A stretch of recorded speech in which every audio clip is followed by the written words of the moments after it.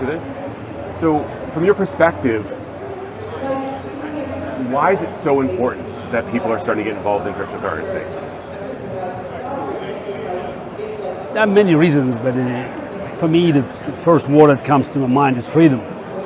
It's, it sounds a bit pathetic. People say, it's another financial asset. It's speculative. It's, it's something that comes and goes, and the value is fictional. But at the end of the day, it's a moment in history where we have to make sure that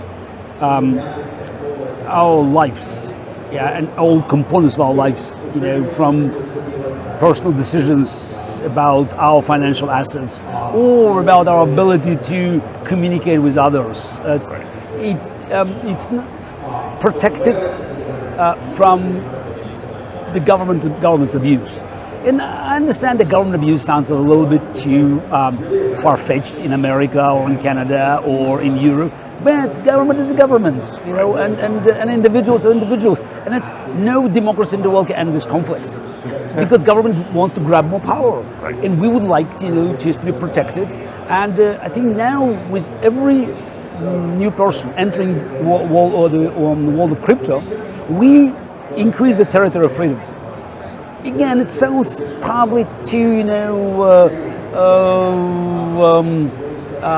pompous. Yeah, it does. Yeah, but it is not. It is not. It's as simple as that. You're involved in Bitcoin, in ETH, in any other coin transaction. So you are taking something away from the government, and you put it in a space. Again, it's like Wild West. There's no guarantee that you can be burned.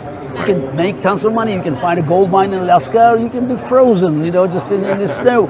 But it's important that we are creating sort of a new reality, and it's not digital reality because our world is becoming more and more digital.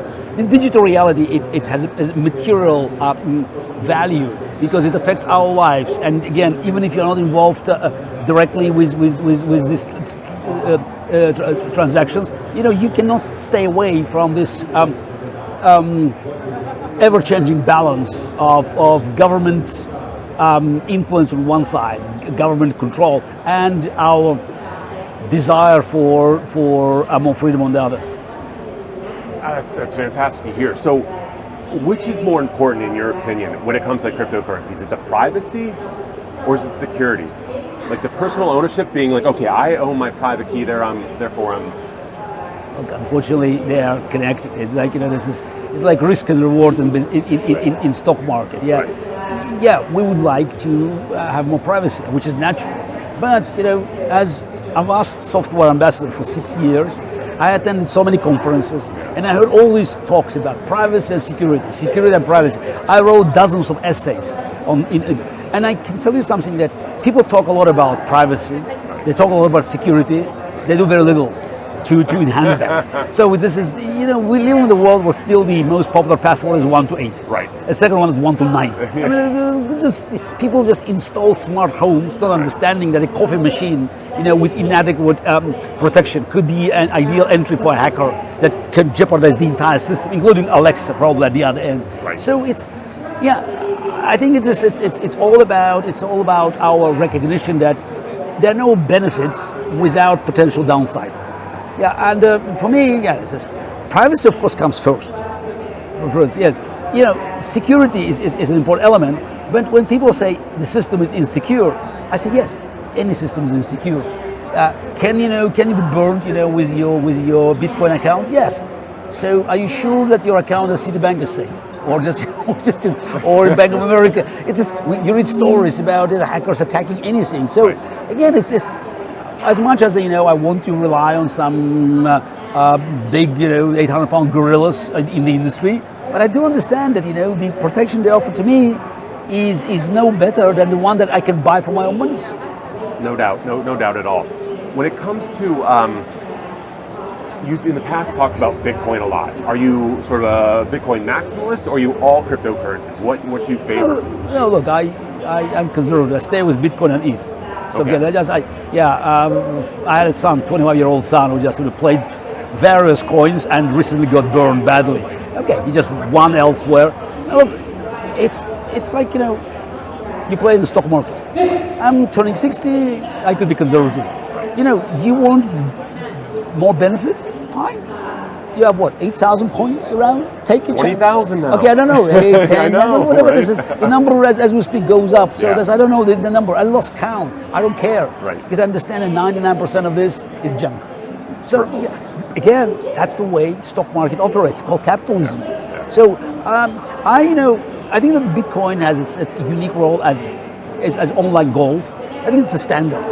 So then you have other opportunities. And by the way, that's also good. You're willing to take more risk? Fine. You want to start your own business? Fine. I mean, this is opportunities endless. Chances to lose? Also. This is just. So one of the things that I think about a lot is, depending on what part of the world you're in, they're certainly cracking down on different cryptocurrencies. So Bitcoin, I know it's hypothetically entirely decentralized, but if you're looking for the privacy, looking for the security, are you a believer in the privacy coins like Monero and Zcash? Are those things that you've followed, or? Yeah, Zcash, yes. Yeah. This, I know the founder of it. Okay. Yeah, so this is the. Look, I think this is it's what attracts me in different kind of coins is that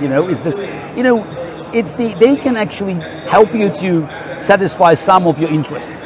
So basically, it's this, you have choices. Again, you can stay on the conservative side. You can look for some other elements, that might be more important, for you. So again, you always have a choice. And again, regarding Zcash, for instance, so it says I know it's as Bitcoin helps, people in countries where they have no other way of getting material support. Right. So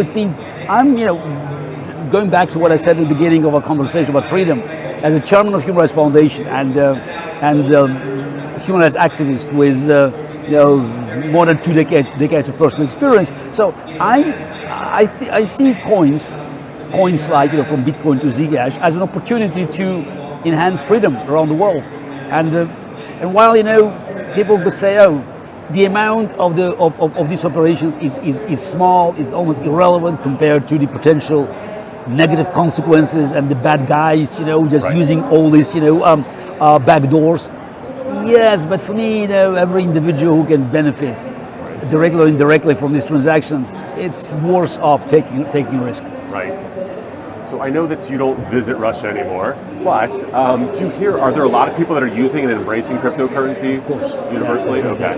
Look, Russia, now the problem, for Russians, for my compatriots, is that many good guys have been using crypto. Now they are outside Russia and, or even if inside Russia, but they are suffering from the same restrictions that are imposed on Russian banks and bad guys in Russia. So I think that's something that is just, it's a cause for concern, and I hope that the friendly governments in Europe will try to differentiate. It's not easy, I understand, but with my friends, I'm trying to make sure that people will have a chance to separate themselves from Putin's criminal regime. Okay. Have you spent a lot of time yourself messing around with zero knowledge proofs? No, I just I know the limits of my ignorance. So Fair enough. I try not to interfere with things that where I'm not that comfortable. So I'm more a kind of philosopher. So I believe in this concept, and I think that's my role, is to promote the idea and just to bring more people in. So, but as for technology, so I leave it in the hands of experts. Fair enough. All right. Last question. What's next for you over the next, let's say, year or so? Is there something you're going to focus on? There's groups. Okay, right now my biggest priority is Ukraine. It's a war there because I believe that this is the war that has no draw as an outcome. Either Putin wins or Ukraine wins, which means we win.